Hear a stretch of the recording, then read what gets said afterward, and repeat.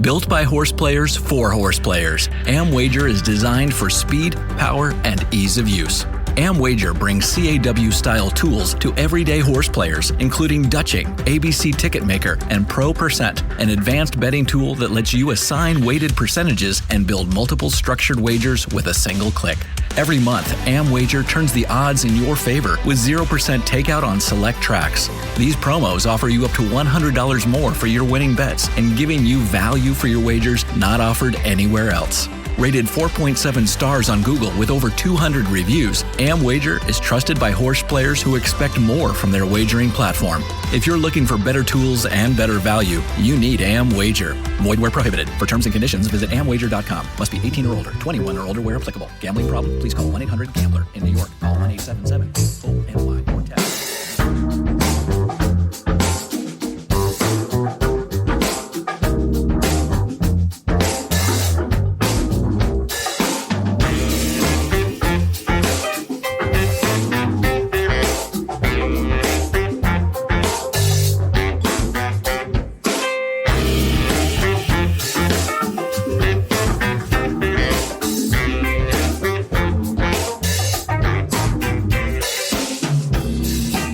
Welcome to the Sport of Kings podcast, episode 376, sponsored by AmWager.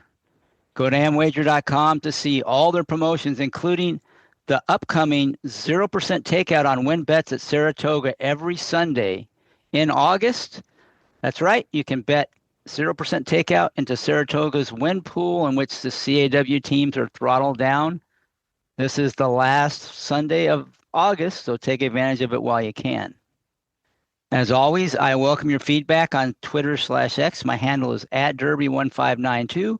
And this week, I am rejoined by special guest Scott Carson, my former Sport of Kings co-host. We're bringing the band back together for a detailed discussion about graded stakes races 8 through 13 from Saratoga on Saturday, which includes the Travers Stakes. We'll focus on finding and exploiting value. We will talk about our strongest handicapping opinions and how we might leverage those opinions using optimal betting strategies. Hi, Scott. Welcome back. How's it going?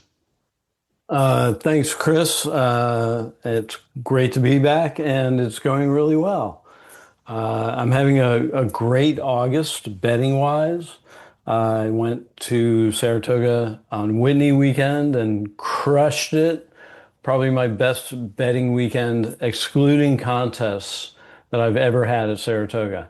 So even though some people might expect that I won 50,000 or something, I didn't lose. I didn't win that much, but I did hit the about the 10,000 mark. So I'm feeling pretty good. A 5-figure day, not bad at all, and you got to go to Saratoga and enjoy that as well. So, making money and spending the weekend at Saratoga sounds like a pretty good way to spend your day or spend your weekend. It doesn't get any better. Well, yeah, I had a really good week at Del Mar last week as well. Had a book signing there, got to talk to a lot of people. And they stopped by, said hello, signed some books. I really enjoyed it. I want to thank everybody who showed up and came by and said hi. I also want to thank Chris Barr from Del Mar, who helped with all my arrangements. He was a great host. Kurt Hoover for allowing me to be a guest on his Del Mar preview show. That was fun on Friday. And then Frank Scottoni had me on as a guest on his Sunday handicapping seminar at Del Mar. That was fun. And it was fun just watching, horses live, really good horses like Knightsbridge that really, strutted their stuff. And it's just nicer. It's more, I don't know, just more fun to watch the top horses, in action as opposed to on the screen. And so I really had a good weekend. So it sounds both of us are kind of coming in off of some good times at the track. I talked about my book signing, my book, Betting on Horses. You can go to betwiththebestmedia.com to find out more about that if you're a new listener to the show. I know, Scott, you've read the book. You wanted to say a few things about the book. So what'd you think? What kind of stood out? What were the things that you thought were the most valuable parts of the book? Okay, well, first of all, I apologize for taking so long to read this book.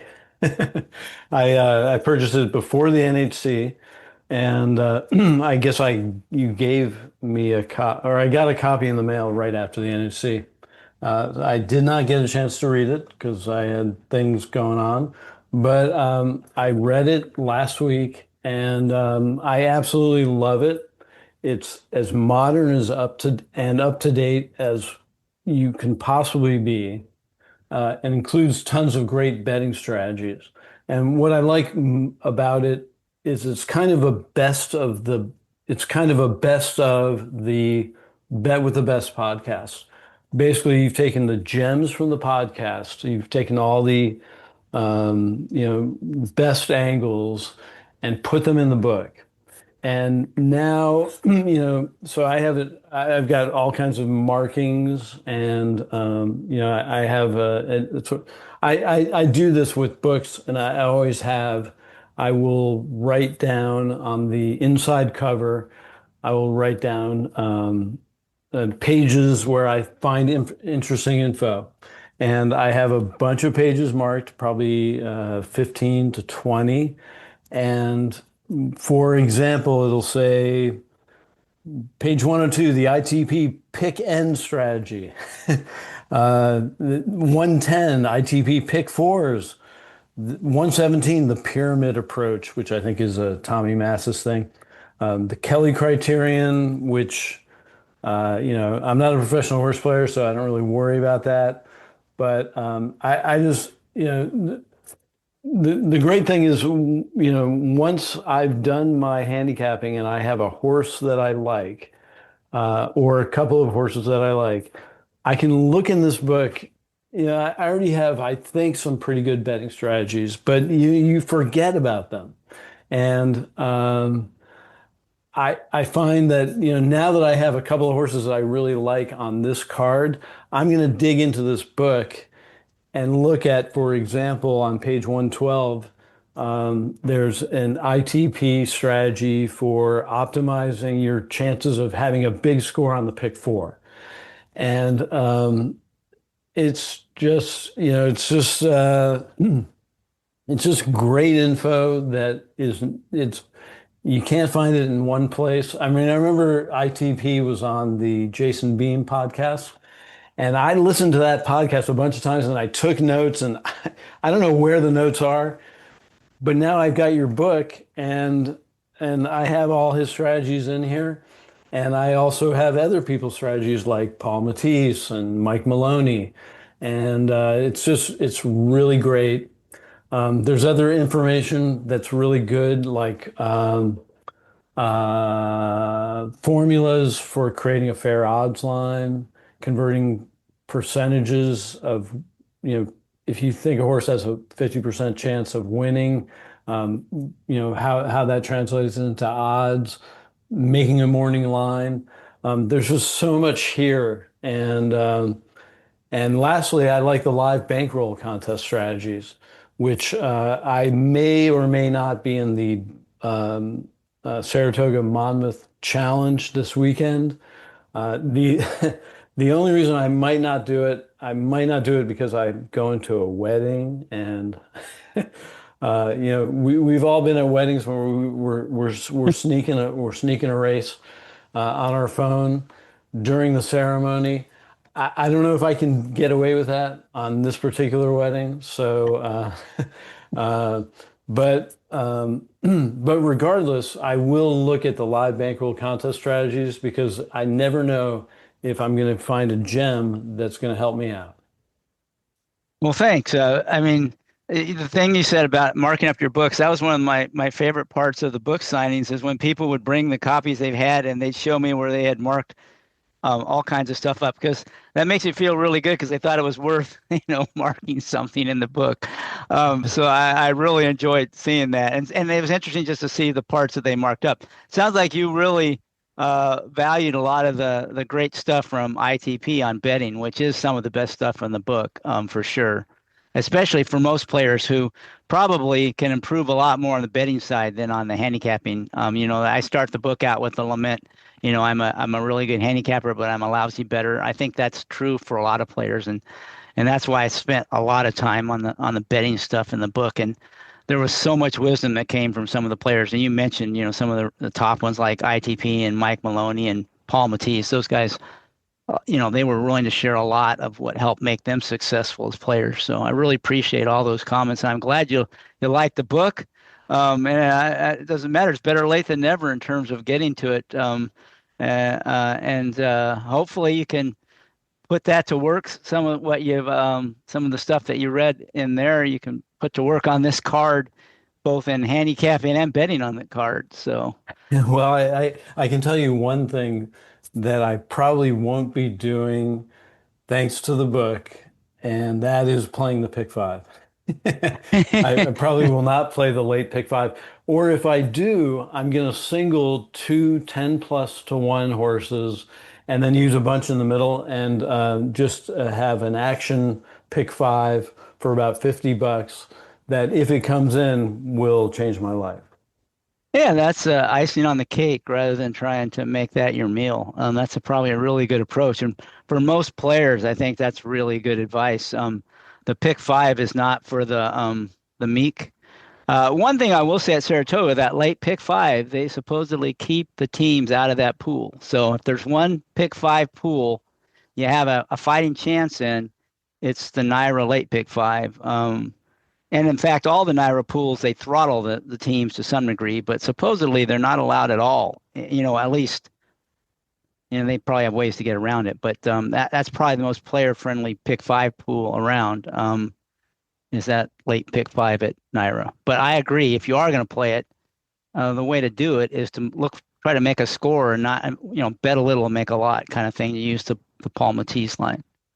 Yeah, and I admit that one of the reasons why I spent so much money on the pick five in the last few years is because we did the pod and we covered the pick five. And I did not want to cover the pick five and have a pick five come in that I didn't play and have to tell people on Twitter, oh yeah, actually I didn't play it.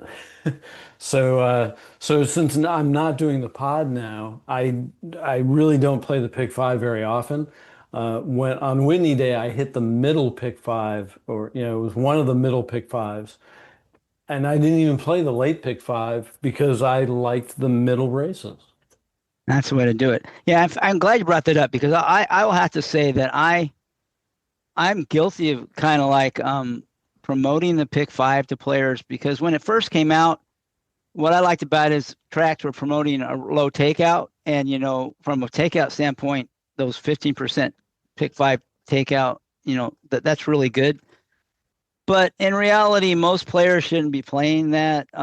It's a tough bet to hit. And the CAW teams, just feast on those because they can wager so much more precisely. They're kind of eat players' lunch in that. And, unless you're really good at structuring your tickets or, just really sharp player, the pick five is probably not the right pool to play in. And the main reason being most players, they want to cash. And so you kind of play with what I talked about scared money in the book where you're afraid to lose. So you end up getting spready because you don't want to, because if you're betting more in that pick five than you're willing to lose. So you're getting spready just so you can hit it. And, that's just that is not the way to play long-term on the pick five. So I kind of feel a little bit guilty for promoting that over. And, we did it on the Sport of Kings, partly because it was just convenient, the late pick five or the pick five with all the big races that week. But, in retrospect, I wish I hadn't pushed it or promoted as much as I had, to be honest. So that's an apology I make for players out there that if I influenced you in any way to play more than you should, I apologize. Okay, so great. Let's move on to the races then. Really looking forward to this.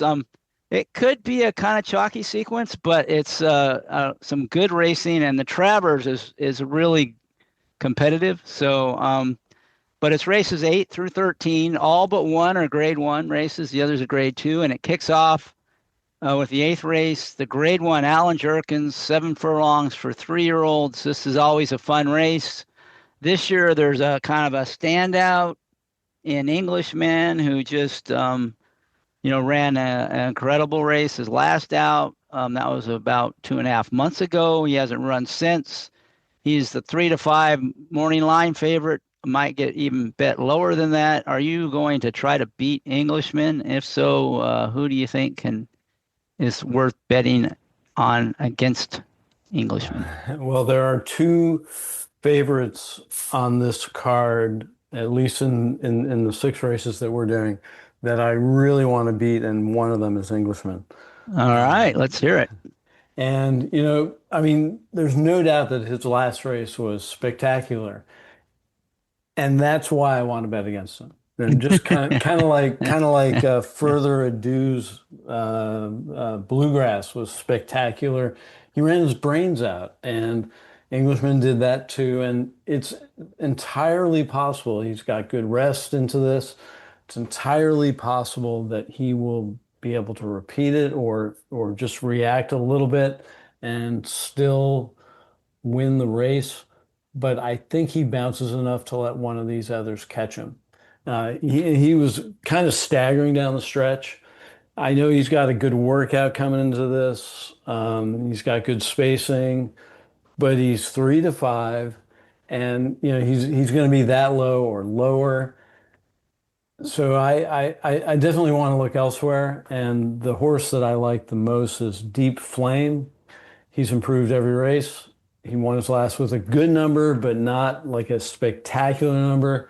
The spectacular number on Englishman, at least on the Thoroughgraph sheets, is like a -5. Whereas Deep Flame ran a -1, and that's something that a 3-year-old can handle, especially with good spacing. So I think he can run pretty well. He'd be my choice to win. I don't think I'm going to bet the race. I'm also interested in local knowledge a bit.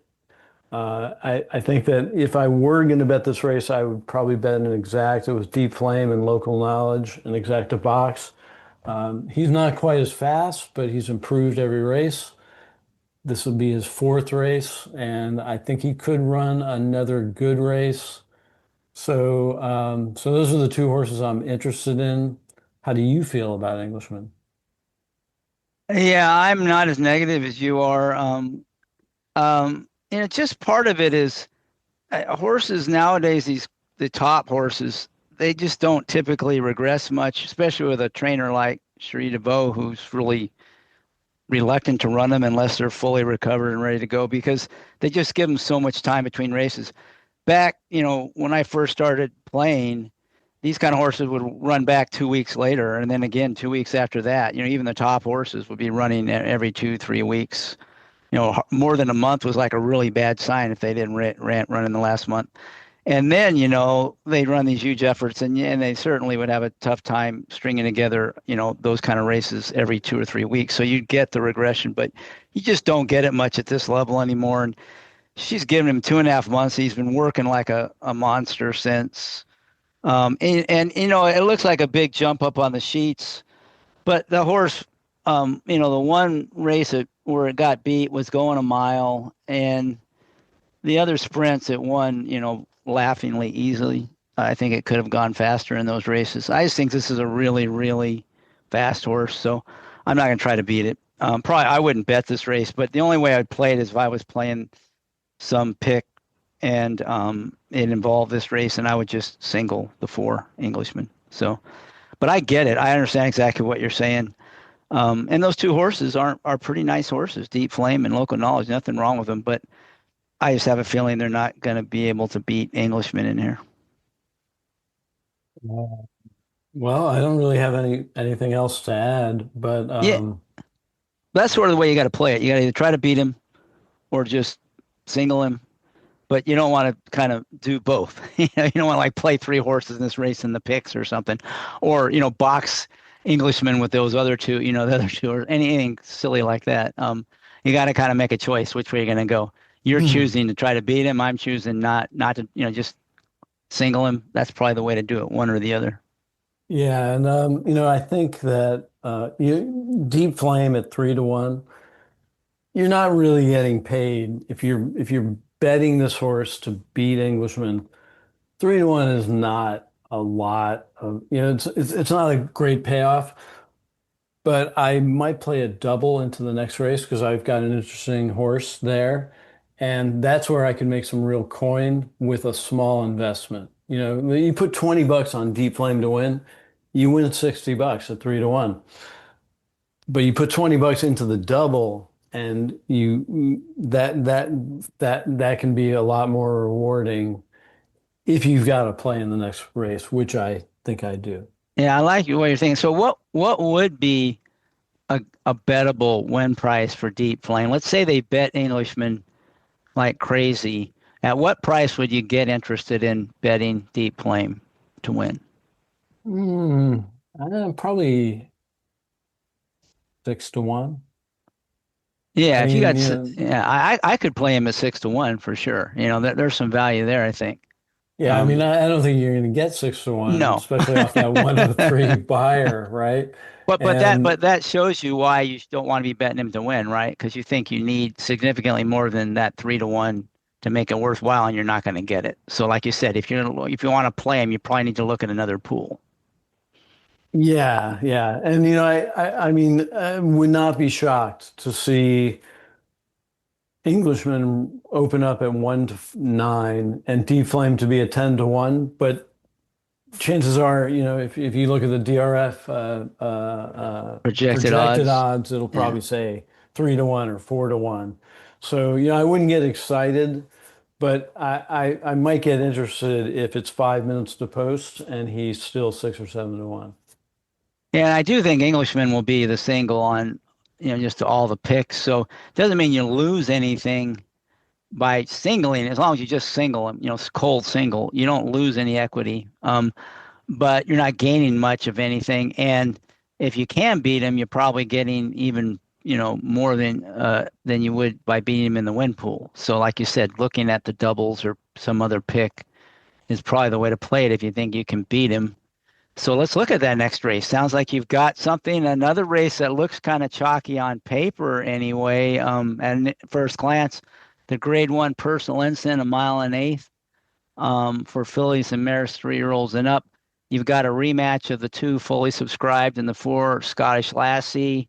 Fully subscribed got the better of Scottish Lassie in that race. They're 6 to 5 and 7 to 5 on the morning line. It sounds like you might have somebody you like other than those two. So what are you thinking in here?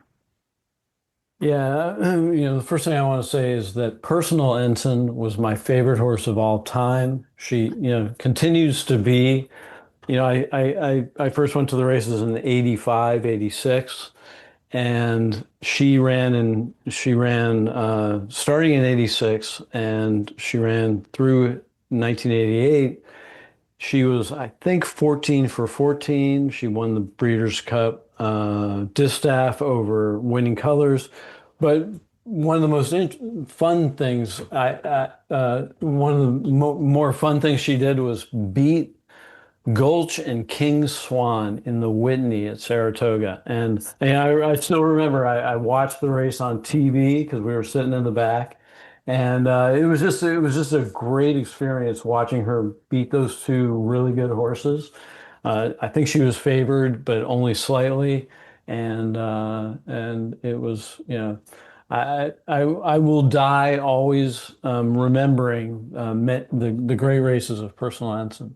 Well, her last win in the Breeders' Cup over Winning Colors was amazing. It looked like there was no possible way she was going to run down Winning Colors. She was so far behind, but somehow she got up on the last jump and stayed undefeated and finished her career. That was quite the race. Indeed. So, so in this race, if I was playing pick ends, I'd be flummoxed trying to figure out whether to use fully subscribed or Scottish Lassie. Um, and I think I'm going to go against both of them. I mean, I would lean towards fully subscribed only because even though Scottish Lassie has better numbers, except for that big race that she won at Saratoga last year, She hasn't really delivered since then, and she might have won a race or two, but she looked like she was like this great thing, and she hasn't really realized her potential. So I'm going to play a little angle I see on Margie's intention. She's always been solid. She wasn't fast as a 2-year-old, but she only had one race as a 2-year-old, and she ran, beginning at the early age of 3, she ran pretty solid numbers.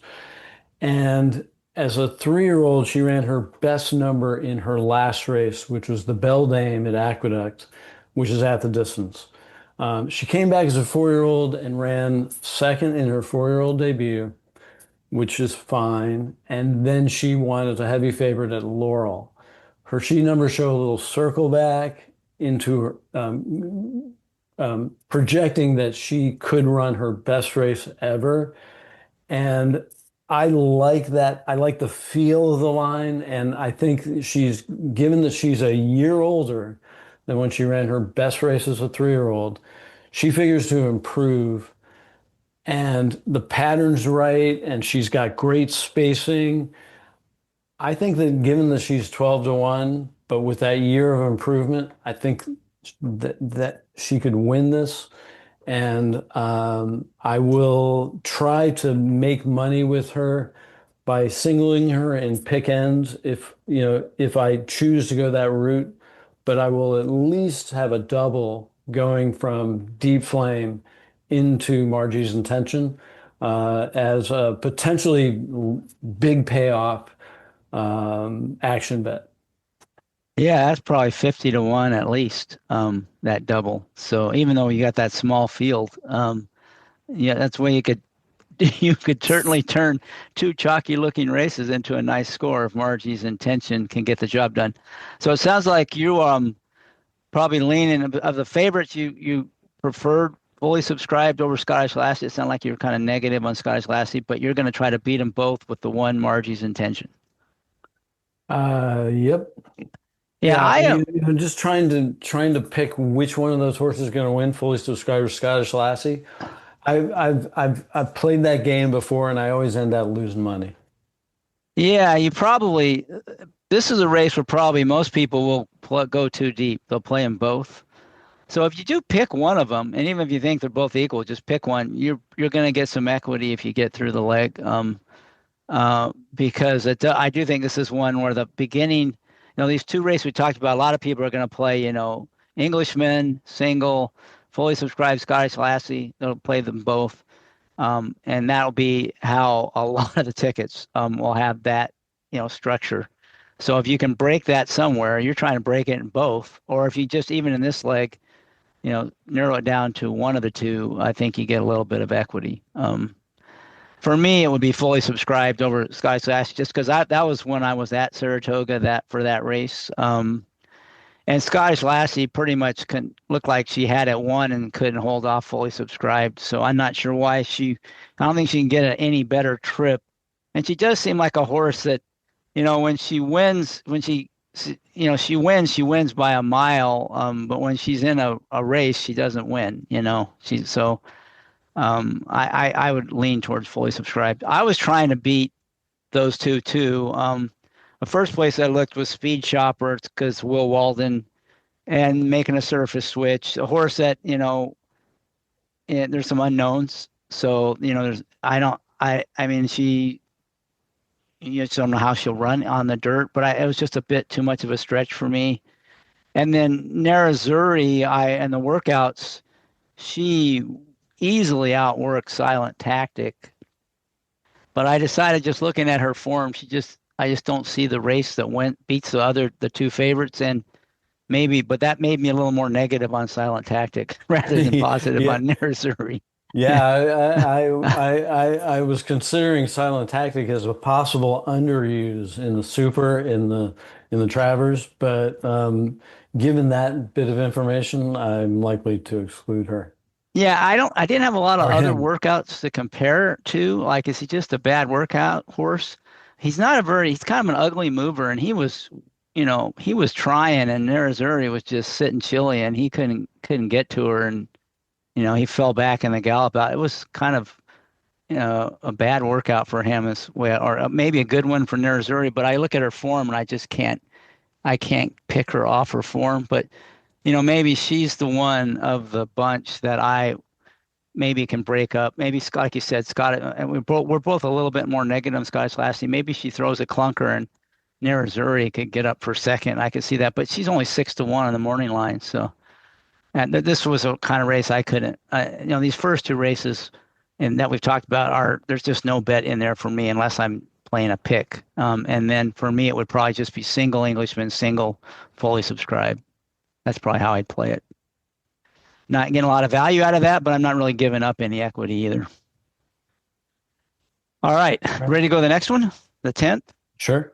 This is the only not grade 1 race. It's a grade 2, the Lake Placid for a mile and an eighth for 3-year-old fillies on the turf. And this is one where we don't have like a standout favorite. The 2-1 favorite is the Queen of Hawaii, making her second start off a layoff after a good comeback effort.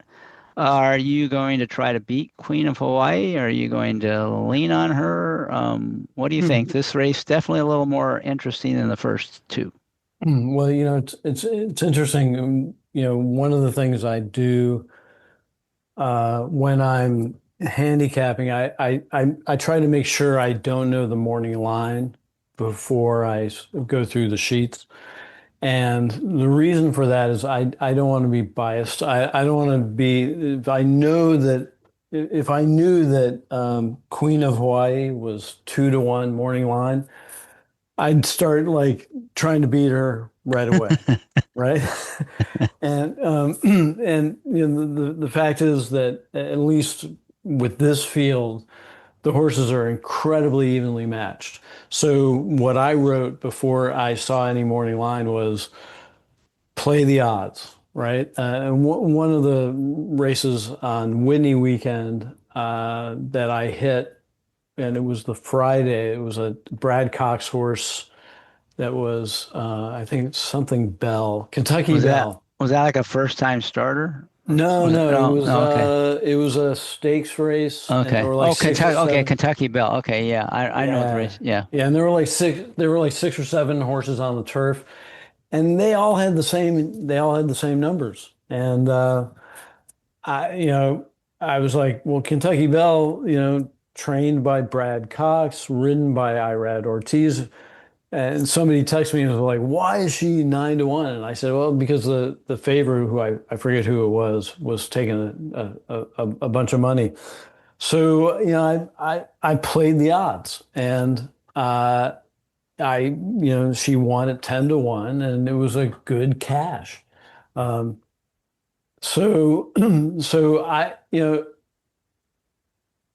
long story short, when I saw that Queen of Hawaii was 2-1, I said, wow, that's not a great price on her. I don't know if that'll be correct. I don't know how they're going to bet this race. And, even though David Aragon is great, it is sort of a guess. I wouldn't blame him if the odds were wildly different, because you're kind of guessing as to how people are going to bet this thing. So I would be inclined to use all, and again, I may not play any pick ends, but if I do, I would go kind of deep, and just for winners purposes, just to have a winner, I would go with Coco Motion, who ran a really good race in her debut at Tampa, ran a number that if she runs that number here, puts her right there at 12-1, and she's circling back to that. And,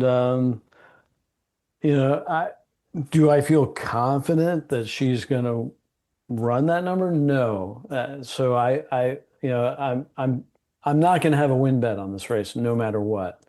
But that's who I would take. I think almost all of these have a shot. And if I do a pick 5, I would single Margie's Intention, and I'd go 7 deep in this race. And whoever you pick, I probably have somewhere. Well, I agree. Cocomotion is probably the most interesting of the price horses. Going second off the layoff, like you said, had the really nice debut, um, which kind of showed that she has talent, and she got hung really wide in her last race, so it was better than it looks, I think, on paper. She was out in the 12 hole. She gets a new rider, a much better post. So for sure, of the price horses, she's the one. In fact, of all the U.S. horses, I think she's the play. But I do think that the five Naomis kind of stands out in here. I'm always higher on the Euros than you are. They've been kind of dominating these races at Saratoga, and I've cashed and getting some pretty good prices on some of them. So if this horse, the five Naomis, doesn't go off favored, I think it's a really good play. The horse just won a group two, was pretty impressive in that race. She in all her races, she can kind of sit mid pack. She makes a move and just finishes her races off really nice. Her race before that, she also won. It wasn't a graded stake, but she just typically breaks well. She settles. She can be. She was been on down on the rail. She's been in between horses. She seems to relax regardless and finish her races really well. So I think she kind of stands out in here. She's been in the U.S. for a while in the Chad Brown barn. She's got a lot of work. So I was able to watch them on XBTV. She's out working everybody that she's trained with. She gets Flavian Pratt. I think she kind of stands out. Now, is she a good bet? Well, not if she gets bet down below her morning line, which I think could very well happen. But I think she would be the strong lean for me. The possible win bet would be Cocomotion, and those would be the only two I would probably use if I were playing any kind of picks. So you and I see this similarly, other than the shipper. All right. Anything else to add on that one? Well, it's interesting. Deep Learning looks like a really interesting horse, and I think Pratt gets off and Manny Franco gets on. I love the line. I absolutely adore this sheet line, and she's explosive. But so she could win this race at 4-1, and I think she could beat the horse that Pratt is on, because you just don't know until they run. You don't know if they're gonna do it. But I certainly would include Naomis in the pick five. But so Deep Learning though just has just such a beautiful line. Her first race off the layoff was a little bit better than her best race as a 2-year-old. And what I'm hoping is that she gets beat here. I would include her in the pick five, but I'm hoping she gets beat here and doesn't look very good. And then I'm going to crush her in her next race. Yeah, she's the second most likely winner of the race, I'd say, behind Naomis, quite significantly behind. But I wouldn't want to play her at the likely price. But Manny Franco has been riding well, and so I don't think Pratt chose the right horse, and he chose the one you figured he would at the French shipper. But Deep Learning's a good horse. I wouldn't be surprised to see that horse win if the French horse doesn't fire. Yeah. So anyway, we see this one real similar, I think, except for I just other than I rate the five higher than you, but the rest of all the U.S. horses, I think we kind of evaluate pretty close. Agreed. All right, so we go to the next race. This is another grade one, the Forego at 7 furlongs for 3-year-olds and up. Another big favorite in what could turn out to be a pretty chalky day. This one's the 5, Bookham Dano. And if you want a hunch bet, play that double Queen of Hawaii to Bookham Dano, who's also the 5 in this race. So that would be your hunch bet. Play the 1-5 double. But Bookham Dano, very nice, cool horse. He's even money in the morning line. Are you going to lean on him? You're going to try to beat him? If so, where are you going to go? Well, so I have a hard time with this race because it's really hard to have a problem with Bookham Dano. I mean, he's always been fast. He ran fast as a 2-year-old. He went to Dubai or Saudi Saudi. Arabia Yeah. in early in his 3-year-old year and won. And then he ran a giant number last year in one of these Grade 1 7 furlong races. I think it was the What are it you talking wasn't a about this Grade year? 1, but yeah, he last year his best number was Was in this? Well, he ran a good race in this race last year, but before that, the he won it, Vanderbilt. and he Yeah. won it. But the bigger race, the biggest number was the 6 furlong July 19th race. I don't remember which one that is, The but anyway, Vanderbilt. he Yeah. looks like he's going to run that number again, and I don't see why he shouldn't. However, these horses that run big races, race after race after race, they're not machines and anything could happen. So I'm going to play the pick five with a couple of double-digit singles. I will include Bookham Dano because I think that with the double-digit singles and Bookham Dano, the payoff will still be good. But I would use two other horses in this race, and one of them would be my top pick, and that is Banishing. He's Oh, two. Banishing is scratching, so you Is can't he play him. He's going to is he run at scratching? Charlestown on Friday. Yeah, I should I have I mentioned was that. wondering why they weren't running at Charleston Yeah, Town. that's where they're going to be. So, Okay. I should have mentioned that right up front. I apologize, but yeah, no, can't play him. All right. Well, then, I mean, he was the only horse that had numbers that even came close to Bookham Dano. So likely, yeah, God, it just kind of makes the whole sequence unplayable. But yeah. Um, so anyway, the other You horse. really hate playing the favorite. I do. I do. But it Um, sounds like in this one, you're that's where you're leaning. well, the other horse that I would use in the pick five, which now is turned into like a $30 action play, um, is the other horse I would use is Senior Officer.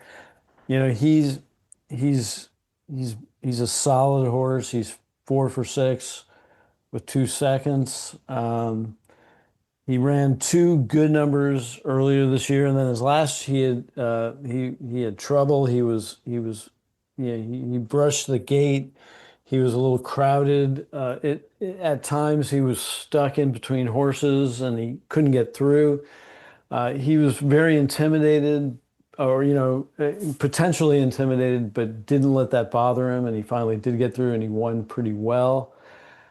I wouldn't put it past him to jump up and run a big race if Bookham Dano doesn't run a giant race. So I would use those two, and just for purposes of the pod, I would pick Senior Officer, even though the 7-2 morning line is a little light.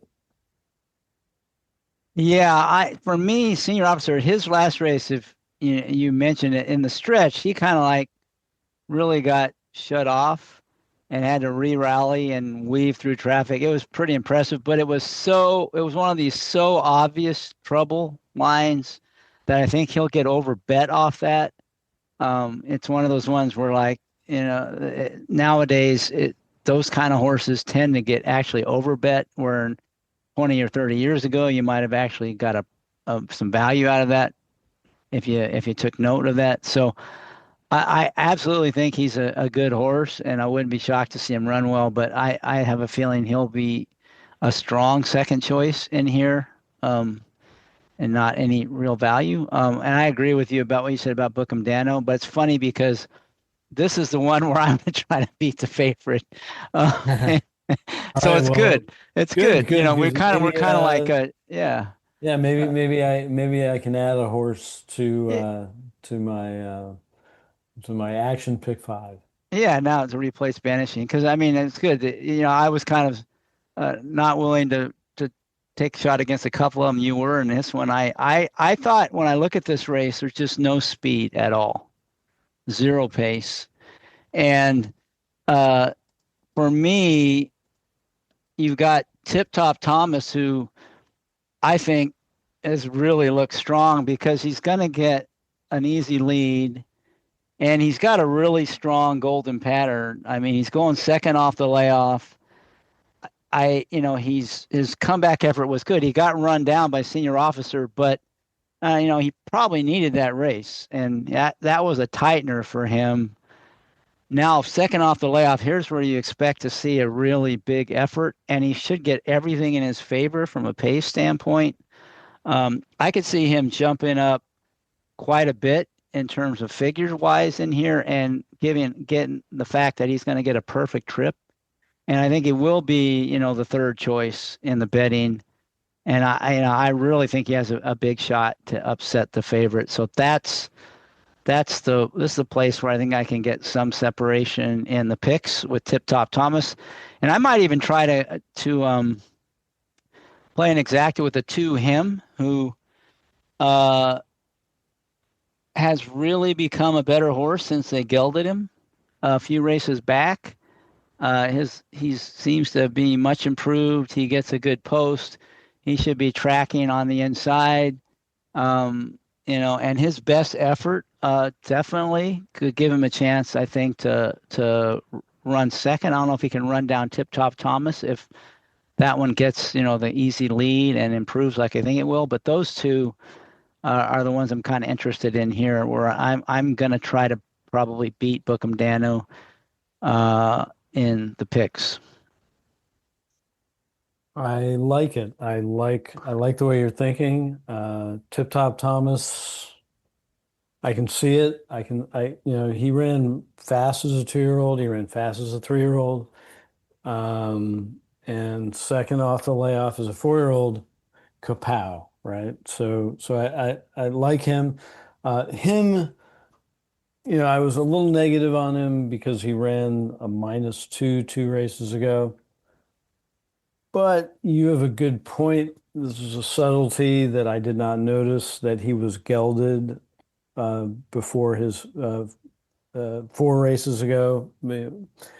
After the gelding, he ran a new top, and all 3 of his races since then have been better than any race he ran before that. Maybe, he's the one horse that can run that big number, that has already run the big number. And I did not watch the replay of his last race, but it says he was bumped at the break. So, that could be any kind of major bump. And so I've got to inspect it, because if he's got a legitimate excuse, and he also was against a CFR Racing Flow closing favorability rating of 5, which is it's hard to close against a number like that. So he has an excuse for finishing second. 12-1 morning line for the second fastest horse in the race.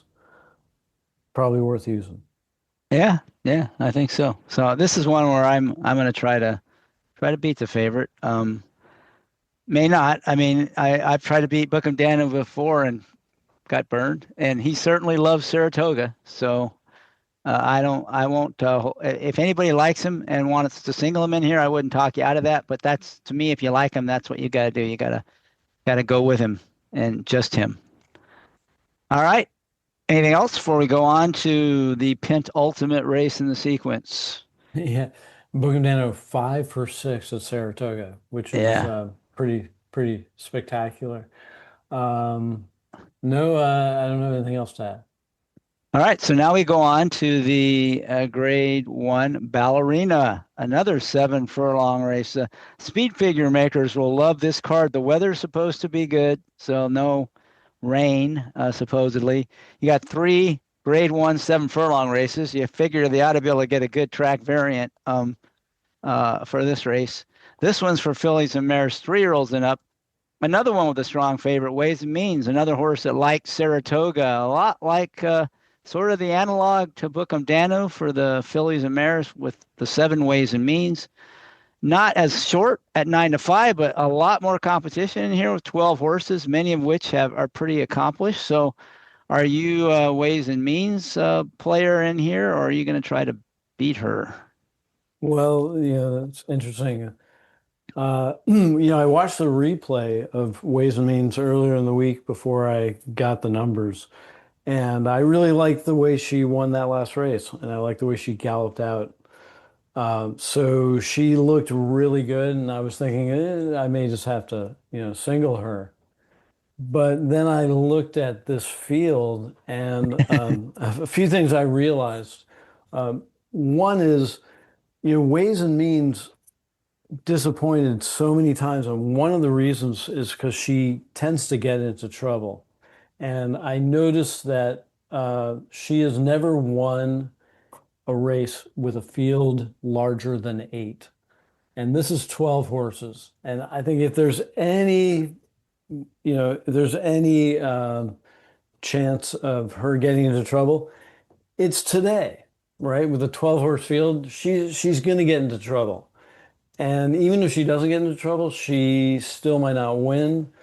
But, she ran a -4 on the sheets.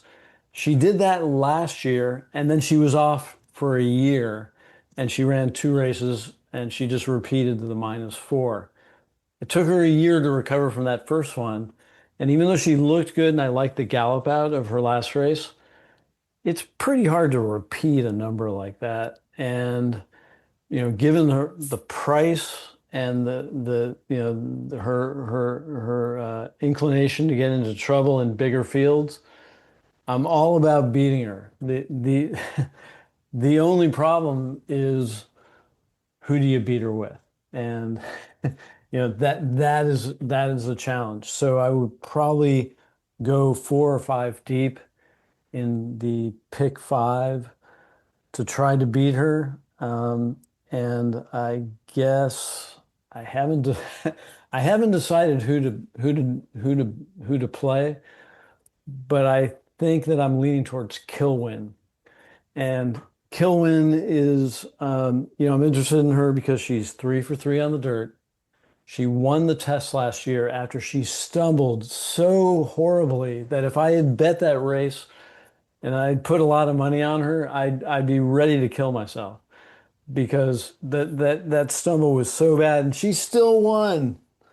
Now, she is slower than these on speed figures, but she's 3 for 3 on dirt, 2 for 2 on fast dirt.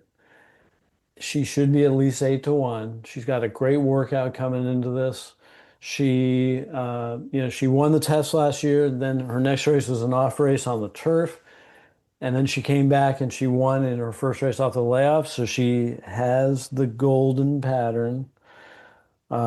She just needs to really improve. And, but she's got like her best workout since that layoff race, a Sizzle 46.2 Bullet. I'll make her my top pick. Well, we finally landed on the same horse. I like Kilwin quite a bit.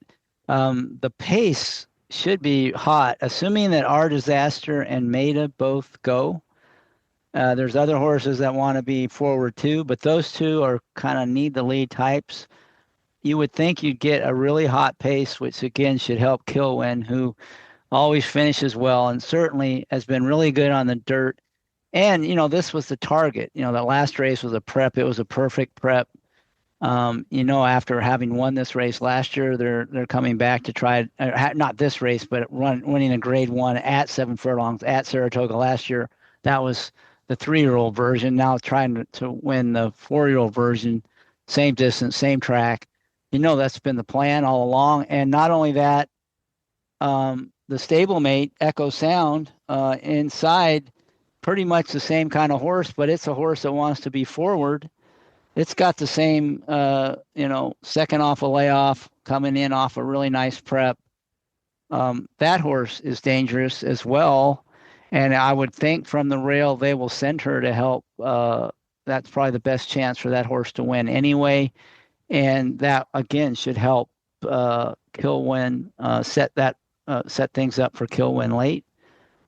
So I'm with you on Kilwin. I think Echo Sound's kind of interesting. It Both those horses, I think, are capable of running much improved second off the layoff with the strong pattern. And Ways and Means, like you said, isn't the most consistent horse. And what Paul Matisse would say, when she gets into a scramble, a big field with a lot of traffic, she hasn't always done her best, like you pointed out. And there may be some scrambling to do in this race. Although I have a feeling some of these horses, like are going to be, or that seem way overmatched, might be scratching. Plus, Safi has 3 in here, so you got to wonder if he's going to run them all. I'm hoping he doesn't scratch Our Disaster, because that one hasn't run in a while, hasn't been working real regularly. The work tab's spotty, and he's got 3 entered. I'm just wondering if that one's a scratch, then the other horse I would consider would be the 8 Maida, who could be just the speed of the speed if Our Disaster's not in the race. That horse, when she gets the lead, she wins. And I've cashed on her before. So I think she might be the one that could go wire to wire in here if Our Disaster scratches. If Our Disaster's in, then I'm sticking with Kilwin. If that one scratches, Maida might become more interesting for me. Yeah, Maida, I recognized her as potentially the speed of the speed. I did not have her in my list of 5 horses, but I'm putting her in again just in case that Our Disaster scratches. Now I do have Our Disaster in my 5 horse pick 5 list, and I don't know, I'm not sure why she's been off the whole time, but she's looked really good. She doesn't have a gigantic number that she has to return to. It's possible they were just like, we are gonna win this grade 1 7 furlong, and maybe they decided to not run her in between because they figure she has 1 big race left in her, and I don't know, but I'd have a hard time excluding Our Disaster if she runs. Yeah, I mean, for me, I'm a more negative. I mean, it's been 4 months since she's ran, and she's had 3 workouts. That doesn't look good to me. That's why I'm thinking I wouldn't be surprised to see them scratch. Plus, she's got to try to duel with Maida every step of the way. So I'm a kind of against that one, especially as the second choice, or maybe third choice, I guess. Yeah, I got to look that up because that would be strange if she's only got 3 workouts. That's what I mean. Her work tab is very spotty for a horse that's coming off a layoff, into a grade 1 race. Yeah, I mean, her last workout was a Sizzle 46.3 Bullet. Yeah, has she really not worked out, or are they just not paying attention in Florida? I don't know, Well, but this is at Saratoga, though. She's been at yeah, Saratoga. right. So she's worked out 3 times at Saratoga, and Oh, maybe she's been working in Florida, but there's 3 different, there's 3 main workout tracks. There's Gulfstream, Payson, and Palm Meadows, and maybe she's just been under the radar. I don't know. I I would I'm still going to use her if she runs. I'm going to use her because I think she's dangerous. Yeah, if she had a better work tab and Maida was in the race, she'd be really dangerous because like last time she ran, it looked like she might get loose, and she did, and that was the time to. I think I played her that day against Ways and Means and Usha, but in this field with the speed and coming into this race, with such a spotty work tab, I'm kind of negative on that one. We haven't mentioned the 12 Eclatant, who is certainly one of the second choice in the wagering. She's run some big races before. She draws an outside post, which at 7 furlongs is probably not a bad place to be. What do you think of that one? Just might be worth getting your opinion on that one. Well, it is that's one of my 5 horses. And I certainly think she has a shot. I would include her. She ran a big race. She beat Our Disaster. That was at Keeneland. It was a grade 1. The only comment I have is that she weakened a bit on the gallop out. But that was in April, so who cares? And she won her next race. She's 3 for 5 of the distance. I mean, I would include her, and mainly because she's run a big race, and it's been a few months since that big race. So I think she's a contender.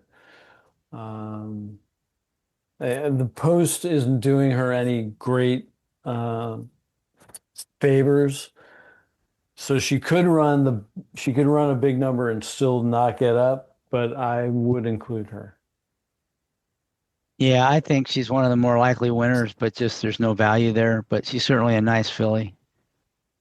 All right. But I do have one other horse that I want to mention, Okay. and it I like Beauty Reigns. I think she's a great under key. Now you got to figure out who's going to be on top. But I liked her last race. She had some bumping at the start. She ran pretty fast as a 3-year-old. She's just been improving as a 4-year-old. She's 2 for 4 at the distance. I I I think, given the potential hot pace here, I think she could light up the super, and I would have a hard time not including her, given that there are a number of horses that have big numbers that indicate they may run clunkers. They may all run clunkers. Any horse that's run a giant minus number, I think Beauty Reigns needs to be used somewhere, and I would put her in my 5-horse pick 5 list because I think she's just getting good now, and that's all I got to say about her. Yeah, I think with the likely hot pace, I could use her if I were playing like tries or supers. The other horse I'd put in even at a bigger price in that category is the 9 Paradise City. That's one of the Safi horses if she doesn't get scratched. All her best races are sprints. They finally figured that out. I think she has upside. She'll be finishing, and I don't think she's going to win, but she's the kind that could get a piece at a really big price and really juice up the payouts in like a try or a super. So that would be kind of the bomber I would use underneath, just because I think she is a sprinter, and she's going to be finishing in a race that has a lot of speed. And she's been in races where, you talk about closer favorability. Well, she won a race 2 back with a CF. She came from off the pace, not from way back, but from 4th in a race that had a CFR of 1.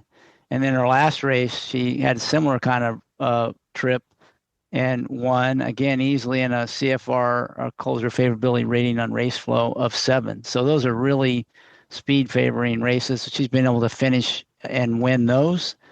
And now she's going to get in a race against much better horses, but at probably a much faster pace. And she certainly seems to run better going, the one-turn sprints. So that's my kind of a bomber underneath Paradise City, the 9 horse. Um, it's really interesting because I didn't know that you were tracking the racing flow numbers. Um, but as you mentioned that horse, I noticed those two CFR numbers, which basically means because she won both those races, she will be a bold racing flow upgrade. And I know one horse player that used to, he hasn't been doing it as much, but he used to always bet 100 to win on any Racing Flow bold upgrade. Um, the you know, given how slow she is on, compared to the rest of them, like Beauty Reigns, I wouldn't bet her to win. I wouldn't include her in the pick five, but I think she's a reasonably used underneath at big balloons. Yeah, that's exactly the way I feel. Yeah, I've uh Jake showed me how to interleave the racing flow numbers into your PPs on in DRF. So I really like that. So now you just got it right there in the PPs. Hmm. So and it's useful. I mean, you can see the races that kind of had extreme flow, either favoring or not favoring closers. So it's a quick way to kind of sense for what the flow was of the race. So it's really nice having it right interleaved with the PPs. So Hmm. for those of you who use DRF PPs, look at the Racing Flow website, and you might want to get those numbers. It's pretty easy to once a week you got to do a little download, but it's very useful, I think. I do the download whenever it comes in because I never want to forget. Because when you're looking at the PPs and they're missing those numbers, because you didn't upload them one week, it's like vexing. So I mean, the numbers don't always mean much, but sometimes they do, Yeah, and you can see sometimes the it's extreme ones, right away. They pop out. yeah, and sometimes it's just enough to like get you over the top. Like you're not sure about the horse, but you're like, wait a minute, I like this, this, this, and this. And it just like overcame a negative pace scenario for it. It I did hit a 60 to 1 that won a contest for me at Monmouth. And that was one of the reasons. That was one of the things that put me over the top. All right, so we gave Racing Flow a plug. It's cool product. It does help you spot those kind of extreme race shapes, either favoring or not favoring horses. Yeah, Um, Jake, I will send you my Venmo in a DM on Twitter. okay. All right, so let's move on to the final race of the sequence, the big one, the Grade One Travers, the Midsummer Derby. I think it's become, clearly the second biggest race of the year for 3-year-olds. It maybe has always been, but even more so now. The Grade One Travers at 1.25 miles. This turned out, there's no great horses in here, but it's a great race because you can make a case for all of them. And the favorite is going to be the Derby and Belmont winner, Golden Tempo, who I always try to beat and has beaten me the last couple times. But at least the last time, it was a long shot in the Derby, but certainly doesn't lay over this field. What are you thinking in here? Where are you gonna? Who do you like in the big one, the Travers? Well, I love this race, and I'm going to be betting it with both fists. Oh, all right. There's two horses that I really love here. One of them is Golden Tempo. He's improved every race. He only figures to get better because he's by Curlin. He's 2 for 2 at the track and distance. I don't see why he can't improve again. If he's 5 to 2, uh, I'll take it, because I think he should be lower. I think he's the most likely winner.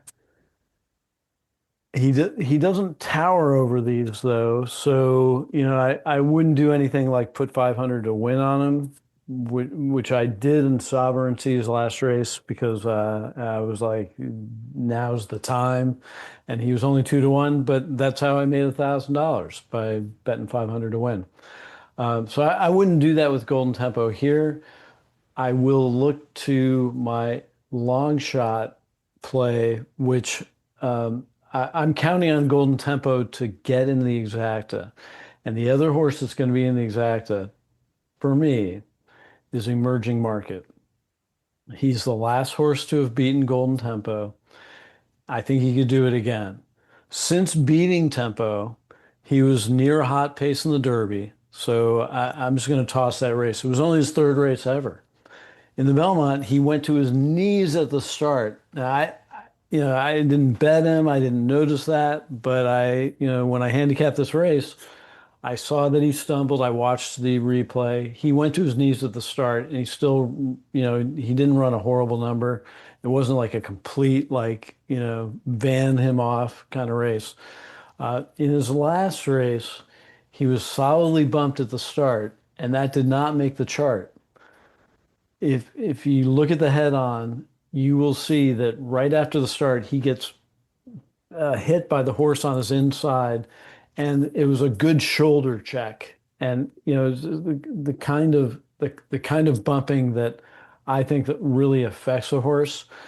He still finished second in that race. He improved on his previous number, and he's basically circling back to his Louisiana Derby number.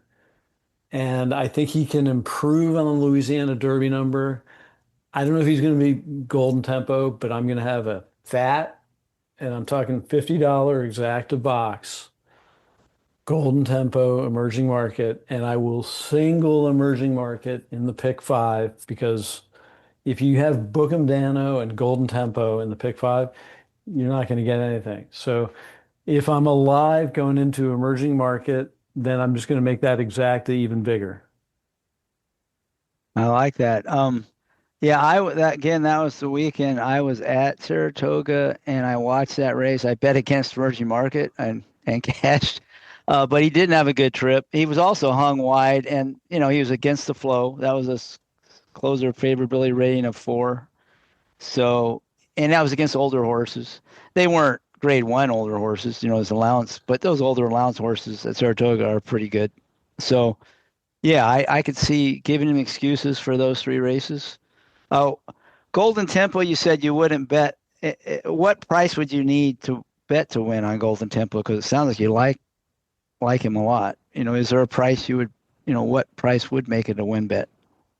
Gosh, I mean, I'd feel pretty confident about him at 3 to 1.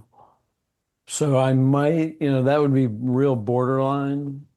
Given that I really like Emerging Market, I don't know how much I would put on Golden Tempo to win. So what would you bet Emerging Market to win then? He's on the inside. I don't know. I don't think I'm going to have a win bet on this race. All right. Yeah, because I'm thinking you will get 15 to 1 Emerging Market, and I'm thinking you will get you might get the morning line in Golden Tempo. I'm not sure. That one is a little tougher. I think the Derby Belmont winner is going to get over bet, but I think a lot of people think he's kind of had setups in his wins. So I'm not sure exactly. Maybe that 5 to 2 is just about right. I'm not sure. I don't think he's going to get bet way down below that though. So I think you won't. You're not going to be odds on or anything like that. So you're liking Golden Tempo and Emerging Market. So we're going different directions in this race, not surprisingly, because there's a lot of ways you could go. So let me get your. I know who you're playing. Yeah, you probably can guess. Well, let me get your opinion on one horse that I think is probably the trickiest one in the field, and the one I'm not sure how it's going to get bet, and that's a 7-horse Sea Strike, who comes off that really huge effort last out. What are you thinking of that horse? Because I have a feeling he may get bet down below that 5-1, or he may not. I'm not sure, but that horse, Brad Cox, Chad Brown, Flavian Pratt, off the big win. That horse could take money. What are your thoughts on that one? And Pratt, gets off of emerging market to ride Sea Strike. He looks good, but geez, he's got really ample spacing between all his races. Now he comes back on only 4 weeks rest, which, for Chad is kind of coming Not the back norm. quick. Yeah. Um, I, I I'm going to toss him. I'm not going to use him anywhere. That's my feeling. Look, there was nothing wrong with that race, but it was a perfect trip, and he was really poised. Had I handicapped that race ahead of time, I would have absolutely crushed him on the win end because he had a pattern saying that he was going to run a big number. And he did run the big number. And I think he reacts to that now because it was like an 8 point top. And he's got upside, so he could keep improving. But I this is one that I'm gonna let beat me. Yeah, I'm kind of with you. I'm scared a little bit of that horse. Just don't know what you got there, but I agree. I have a feeling it will be short, and I'm not worth playing, but I'm a little bit nervous about that one. So who did you think I'm gonna pick? I'm just before I.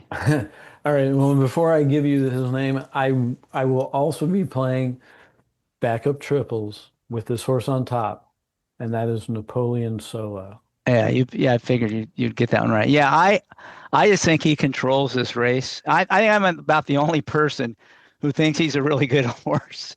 Nobody, at least none of the people who do podcasts or picks or anything, they all seem to think he's no good. But I thought he got just a horrible ride from Paco last time. He parked him 4 wide, and he let Baby Vino come up the rail. I don't understand that ride. Sometimes Paco does some weird stuff. So I actually think the switch to Johnny V is good. And this is the kind of horse Johnny V, in this kind of race on this kind of horse is exactly, it's just tailor made for Johnny V. And I think he controls this race from the start. I think, a mile and a quarter is stretching it a bit for him. But, especially at Saratoga in this race, speed's very valuable. If you can control a race, you have a big advantage. And if he's really 8-1, which he certainly could be in this field, I think he's the play. He's certainly no lock. It's a value play. I do think he's the most likely winner, just because I think he's as talented as the other horses, and he's going to have the tactical edge. But he's not, miles above anybody. And I think you can make a case for a lot of the price horses in here. I mean, I had mentioned Silent Tactic earlier. I really wanted to make a case for him. Because after that last race, I thought, watching that race, he's the horse I wanted out of that, whatever that was, the prep Jim for this Dandy. Jim Dandy. Because if you remember, he had he was running with foot issues. I mean, Cassie even admitted, he's been trying to hold them together, and he ended up missing the Derby because of them. But he got beat by Renegade at Oaklawn, but he had a bad foot that day, and they freshened him up, and he came back, and he was fresh. He was a little closer to the pace, and they probably like him. He never really spit the bit, and he probably got a ton out of that race. So him coming back, that's kind of a normal thing for Cassie. 4 weeks. He likes to run his horses. So, it's not a super golden pattern, but it's a similar kind of thing. And plus, if you figure earlier in the year he was running on a bad foot, he's kind of like Napoleon Solo. If he's over those foot issues, he may be ready to run big. The reason I kind of soured on him was I watched that workout where he just got crushed by the filly, and he just didn't look like he's a really good mover. So I would have to use him if I play any verticals, maybe even in horizontal as a backup. But I just, with the post And the fact I'm not sure he does his best running going a mile and a quarter, although off breeding, you think he ought to be able to. So he was one I was trying to talk myself into, but the workout was the deal breaker for me on that one.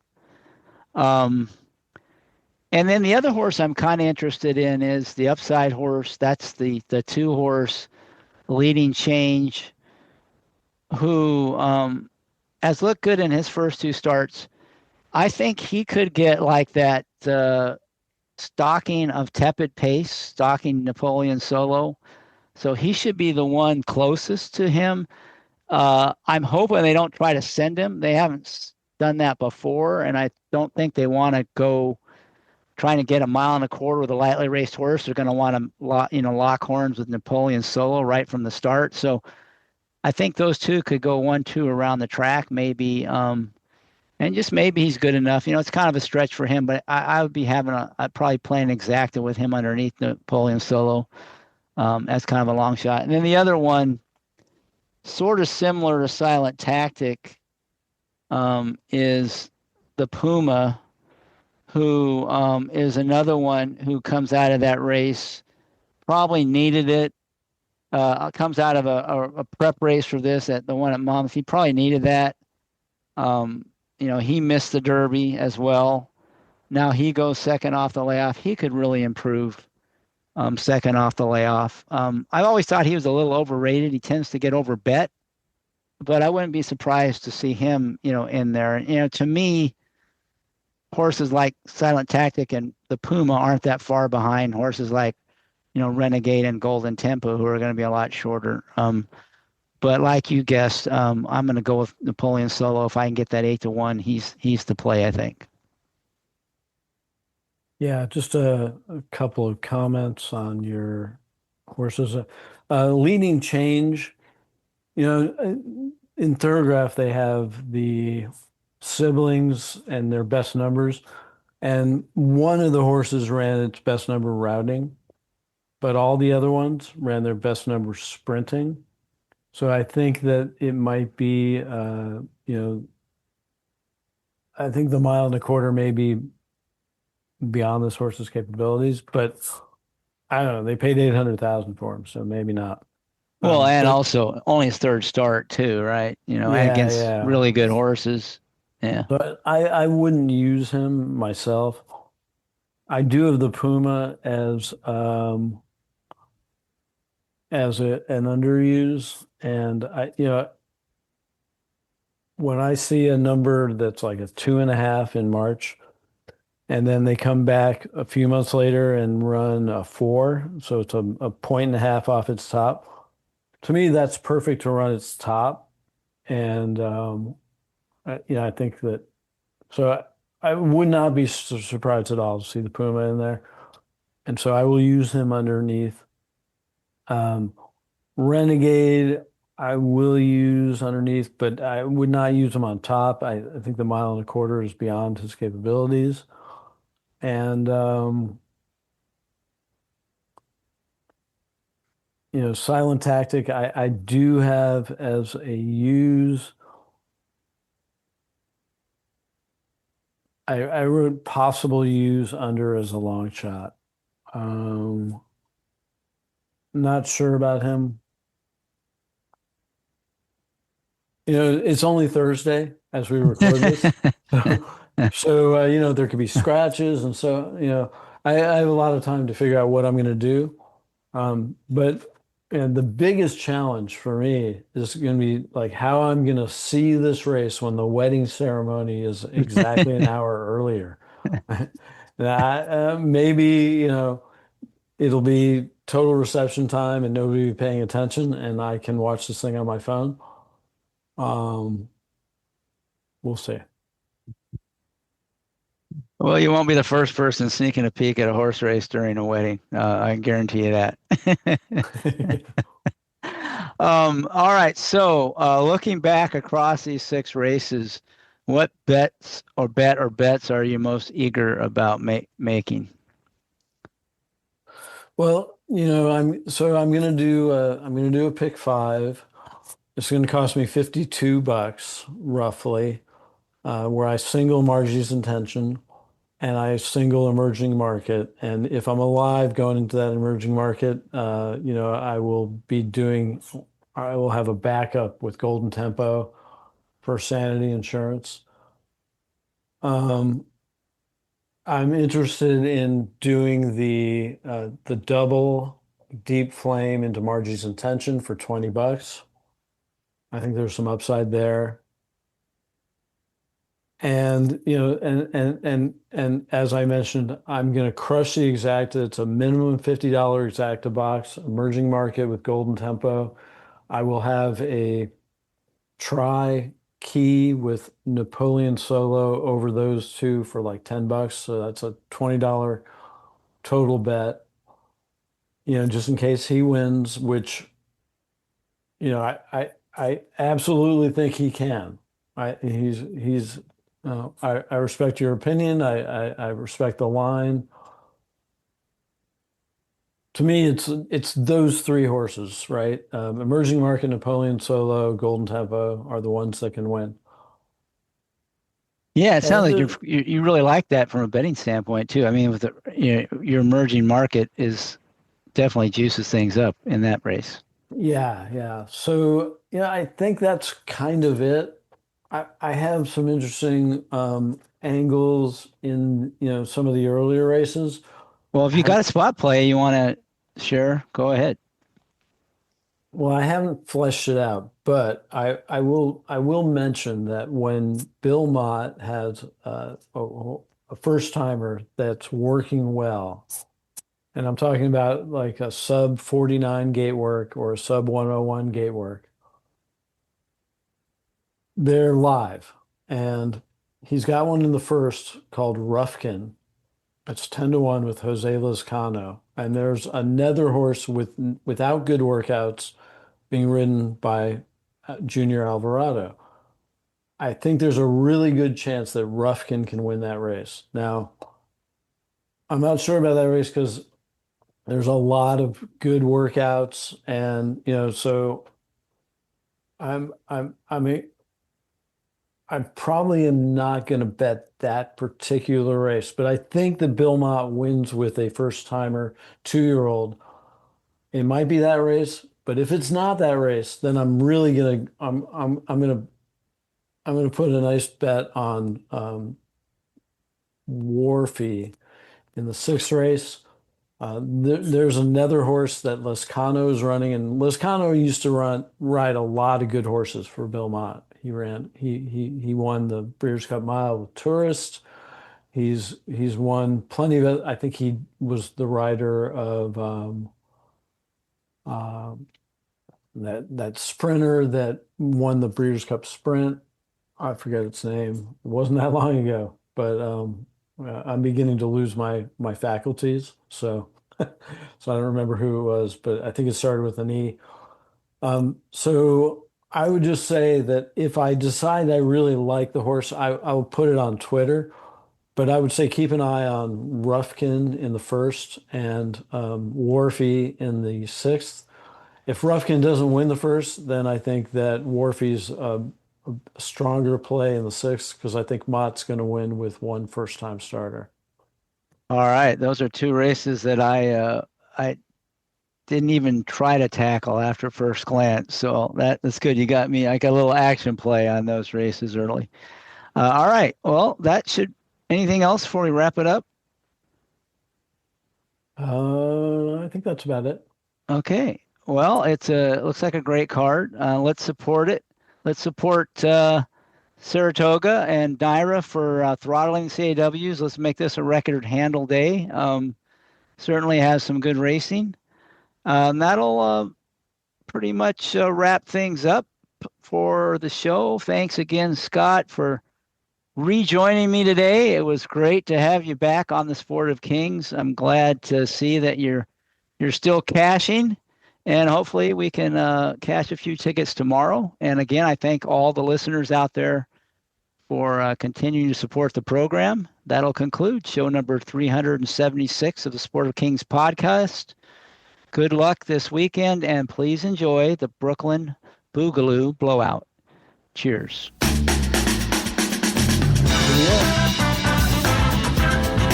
That's a wrap.